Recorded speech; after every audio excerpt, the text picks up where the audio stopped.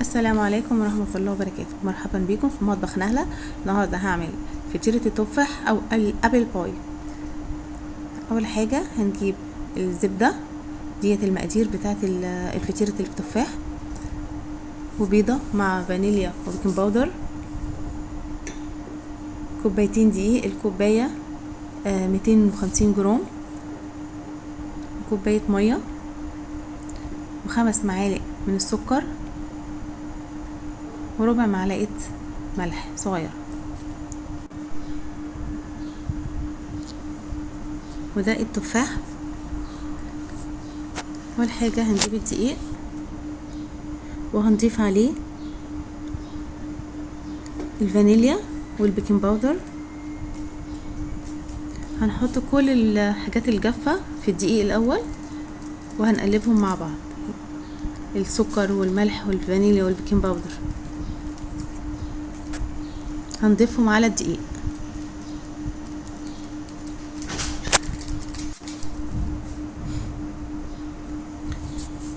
والملح والسكر.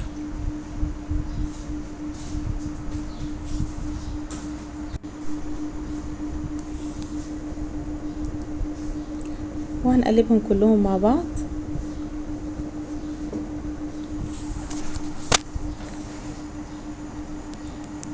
وبعد كده هضيف الزبدة عليهم.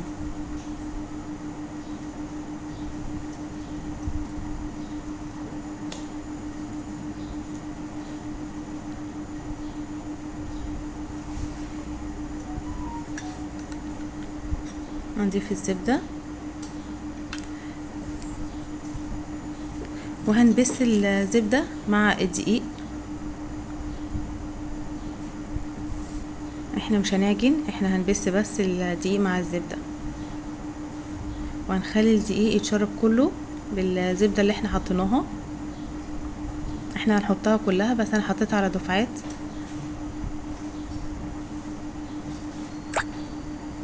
وهنقلبها كويس لحد ما العجينة الدقيق يبقى مبلول كده، تحس ان هو بقى مبلول او طري.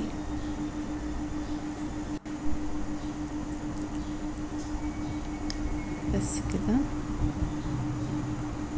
وهنضيف باقي الكمية بتاعت الزبدة، هنضيفهم عليها تاني.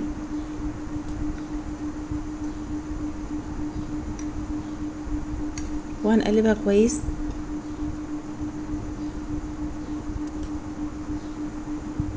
لحد ما تلاقي الدقيق شكله بقى لونه لون الزبدة كده.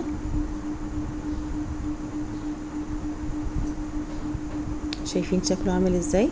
تحس ان هي رملة مبلولة.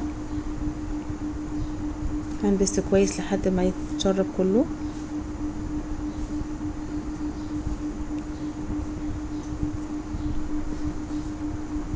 بعد كده هنضيف البيضة على الدقيق.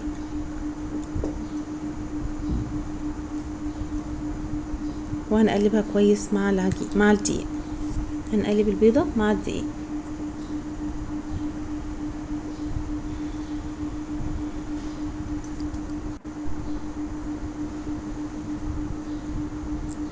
احنا هنا المية اللي احنا جايبينها دي مية متلجة، مية ساقعة جدا ومتلجة، لازم تبقى ساقعة. قلبت كويس الدقيق مع البيض.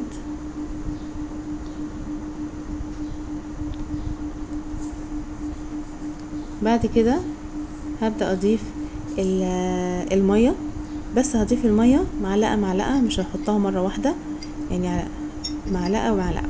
ما تحطيش المية كلها مرة واحدة عشان ممكن الدقيق يبقى مش محتاج تاني المية دي. فهنحط 5 معالق بس بالتدريج. دي كده اول معلقة، التالتة هنا، ونقلبهم كويس كده لحد ما نحس ان العجينة معانا هي تبقى قاسية شوية، ما هياش طرية، علشان ما فيش فيها مية كتير. بس كده دولت ال5 معالق اللي انا قلتلكوا عليها، بس احنا بنضيفهم بالتدريج. هي كده العجينة بقت كويسة معايا. انا مش بعجن، انا بقلب العجينه بس، انا مش بعجنها، ما تعجنيهاش. هنا اهي شكل العجينه، شايفين عامله ازاي؟ هي جامده شويه، ما هياش طريه. وهناخد ربعها وهنقسمهم التلت والتلتين كده، وهنغطيهم بستريتش، وهنحطها في التلاجة لحد ما نعمل نقطع التفاح ونعمله. بس كده. هنجيب التفاح، انا خلاص كده حطيت العجينه في التلاجة لحد ما اخلص تقطيع التفاح، وان انا اسويه على النار واكرمله مع السكر. هنا بقطع التفاح شرايح رفيعه جدا، ممكن تقطعيها مكعبات زي ما انت عايزه، بس انا بحبها شرايح كده عشان تبقى شكلها احلى.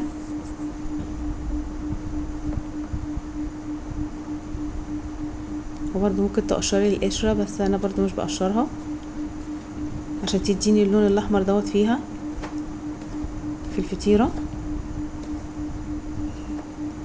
هنا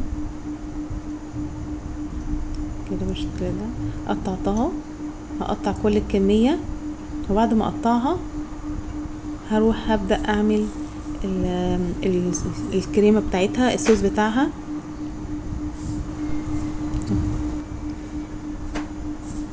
قطعت واحدة تاني، هروح اقطع الكمية كلها، وبعد كده اجيلكوا عشان نروح نعمل السكر، نكرمل السكر. هنا دي كده كلها الكمية كلها بعد ما قطعتها. هنا ديت معلقة زبدة مع 5 معالق سكر، وهنسيحهم مع بعض لحد ما يدينا اللون البني ده. وبعد كده هنفضل نقلب فيهم علشان ما يتحرقش منك. وبعد كده هضيف التفاح عليها، وهنقلبهم كده لحد ما التفاح يبقى فيه كله من الزبدة والسكر ويدبل.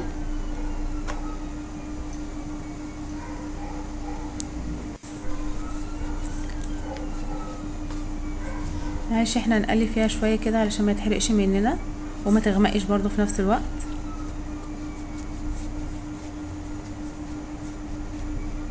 هنا هضيف لها شوية مية صغيرين، يعني ربع كوباية مية صغننة خالص، صغيرة خالص. وهنا رشة قرفة، وهنقلبها. القرفة بتديها ريحة حلوة قوي. وهنضيف شوية المية زي ما قلنا علشان التفاح يبدأ يستوي ويبقى طري. شايفين المية حبة صغيرة ازاي؟ وهنقلب فيها. ودي نص ليمونة هعصرها عليه. هنا هنقلبها كويس عشان ما تلزقش مننا. وبعد كده هضيف معلقة من النشا،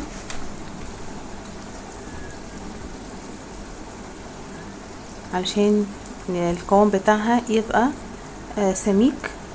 وهنا الكراميل اللي انا قلتلكوا عليه، اللي انا كنت عاملاه قبل كده وحطيته، هاخد منه معلقة وهنحطه على التفاح.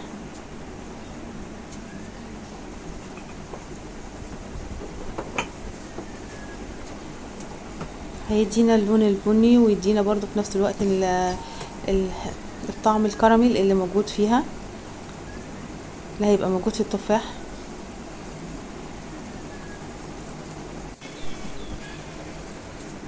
هنا اهي شايفين بقى لونها عامل ازاي؟ شايفين الصوص بقى، اللون بقى كراميل خالص. هنضيف معلقة من النشا علشان القوام يتقل، وهنقلبها مرة واحدة وخلاص ونقفل عليها. اهي معلقة صغيرة خالص.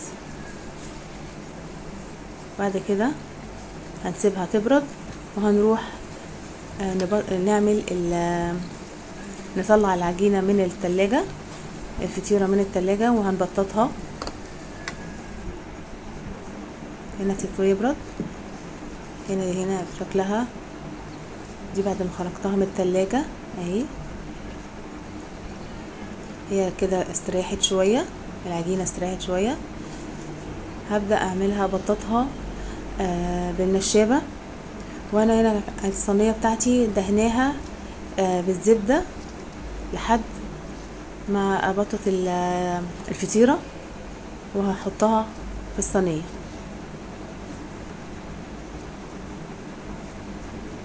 بس كده. هنا بساوي الفطيرة معايا عشان تبقى متماسكة، اعرف ابططها ما تشققش مني. هي هتتفرد بصعوبة شوية، بس هي علشان العجينة لازم تبقى متماسكة، ما هياش طرية. هنا بالراحة خالص عشان ما تشققش مننا. احنا حتى واحنا بنشيلها كده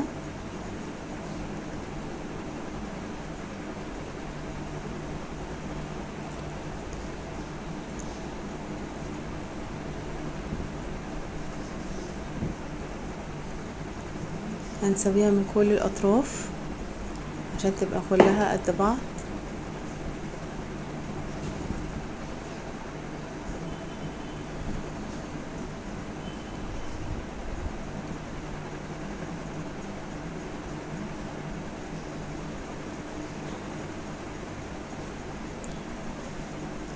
هنبططها بالراحة كده علشان شايفين لو اتكيت عليها هتلزق معايا في النشابة، فلازم نعمل بالراحة عشان ما تلزقش منك. انتي حاولي تبططيها على قد الصينية اللي انتي هتعمليها فيها.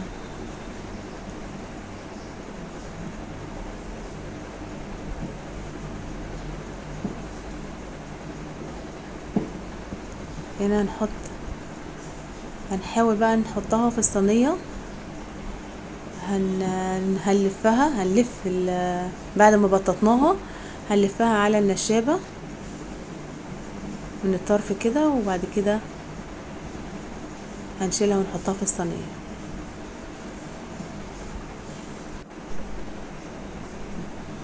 بس كده الحجم كده اللي انا محتاجاه، لو هيبقى تقريبا قد الصينية اللي انا هعملها فيها. بالراحة خالص بلفها على النشابة. بعد كده هجيب الصينية اهي، هنا دهناها بالزبدة وهحطها بالراحة خالص. حاول انها ما تتقطعش مننا.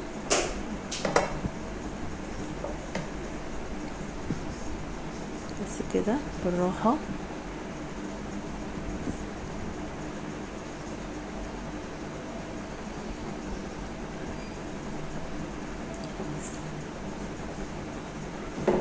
وهنبططها ونسويها في الصينية السمك اللي احنا محتاجينه. هنبططها كده وهنفردها في الصينية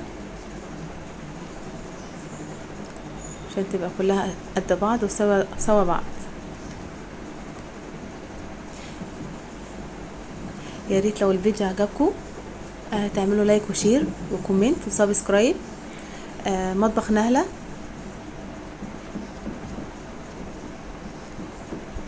مبسوطة جدا من ارائكم وكومنتاتكم اللي بتبعتوها لي، واي استفسار انا هرد عليه.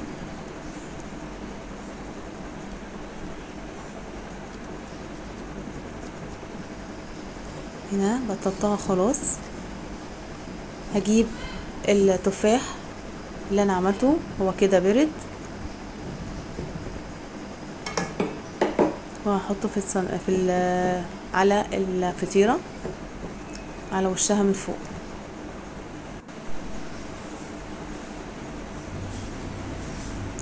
لازم تسيبيه لما يبرد، ما تحطوش هو سخن خالص، لازم يبرد الاول، بعد كده نبدأ نحطه على الفطير.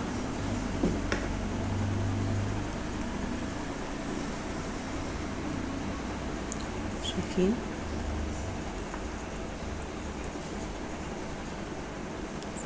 هنسوي بيها الفطيرة.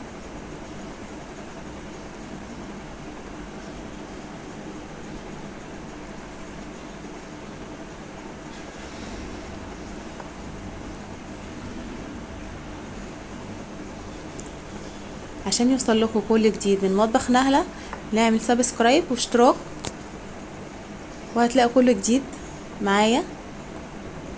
يا رب فيديوهاتي تكون بتعجبكم، وشكرا لكل اللي بيعمل لي كومنت او بيقول رأيه في حاجة انا بعملها، متشكرة لي جدا.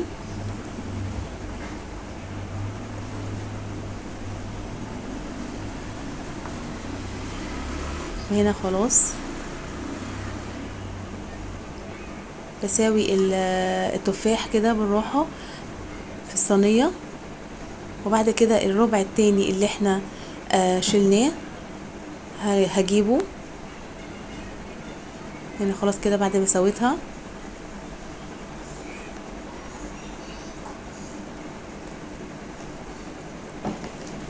اهو ده الربع التاني هجيبه برضو، هعمل نفس الحكاية، هحاول اسويه عشان لما اجي ابططه ما يقشقش مني ولا يفرول مني. بس كده هبططه سمك رفيع قوي، ده علشان هعمل بيه المربعات اللي فوق الفطيرة، هنغطي بيه الفطيرة من فوق.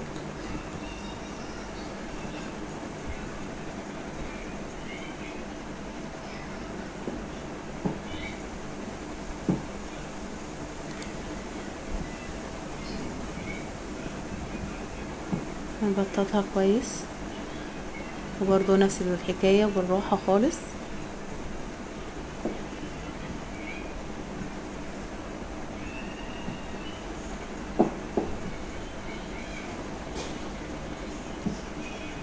حلوة قوي بجد الفطيرة ديت، ممكن نتعشى بيها، نعملها نتعشى بيها، او احنا زهقنا من الفطار اللي هو اليومي بتاع كل يوم، ممكن نعملها الصبح نفطر بيها.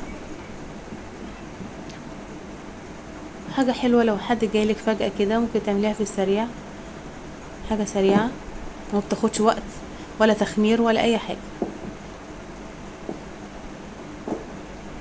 هنا هي خلاص بططتها، هجيب السكينة واقطعها شرايط قد بعض.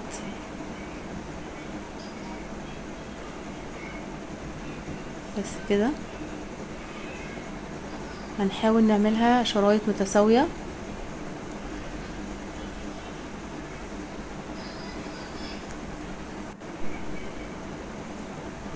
هشيل اي زيادة مش عجباني، وهنبقى نبططها تاني، مش هنرميهم طبعا، هنبططها تاني ونعملها. وهبدأ احط الشرايط ديت على وش الفطيرة من فوق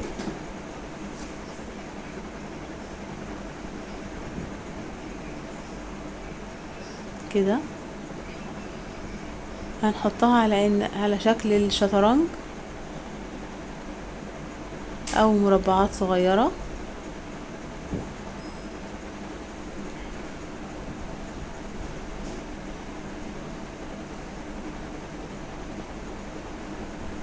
هنغطي بيها وش التفاح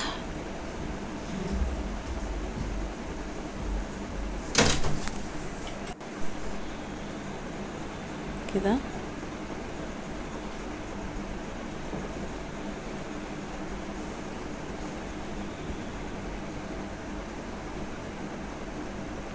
هعمل باقي الشرايط وهحطها، وبعد كده احطها الفرن لمدة تلت ساعة على درجة حرارة 180 درجة. ولما تستوي هنطلعها نسيبها لما تبرد وهنقدمها وبالهنا والشفا. هنا بعد ما خلصتها هنا اهي شكلها نهائي. يا رب يكون عجبكم. المطبخ نهلة هتلاقي كل جديد